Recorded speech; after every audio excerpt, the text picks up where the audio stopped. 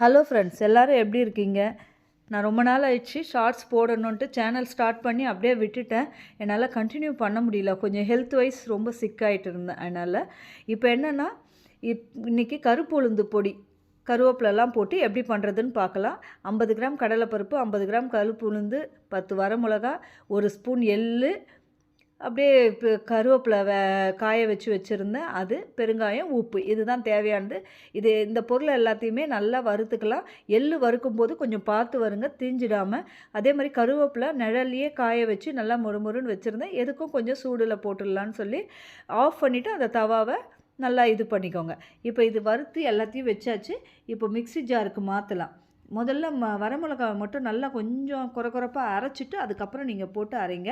இப்போ எல்லாத்தையும் அரைச்சி ஃபைன் பவுடராக கொஞ்சம் திரியாக இருக்கணும். ரொம்ப ஃபைனாக அரைச்சிடாதீங்க. ஒரு நல்ல ஒரு பாட்டிலில் போட்டு வச்சிட்டோம்னா தேவையானப்போ யூஸ் பண்ணிக்கலாம். இந்த பொடி அரைச்சாலே 1 நாள் 2 நாள் தாங்க இருக்கும். நீங்கள் எவ்வளோ அரைச்சினாலும் வீட்டில் அந்த பொடி தான் வேணும். சட்னி இருந்தாலும் சரி, இல்லைனாலும் இந்த வீட்டில்.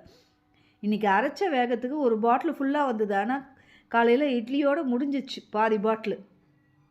3 வயசு குட்டியிலேருந்து பெருசு வரைக்கும் இதே வேலை தான். இதை தான் சாப்பிட்ணும் அப்படிங்கிறது. ரொம்ப ஹெல்த்தி, ரொம்ப டேஸ்டி.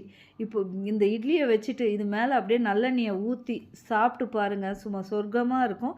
இந்த மாதிரி என்னோடய ஸ்டைலில் நான் பண்ணுற ஒரு பொடியும் உங்களுக்கு அப்லோட் பண்ணுறேன். அடுத்தது இன்னொரு டிஷ்ஷோடு நம்ம பார்க்கலாம். சேனல் சப்ஸ்கிரைப் பண்ணுங்கள், லைக் பண்ணுங்கள், கமெண்ட் பண்ணுங்கள். தேங்க்யூ, பாய்.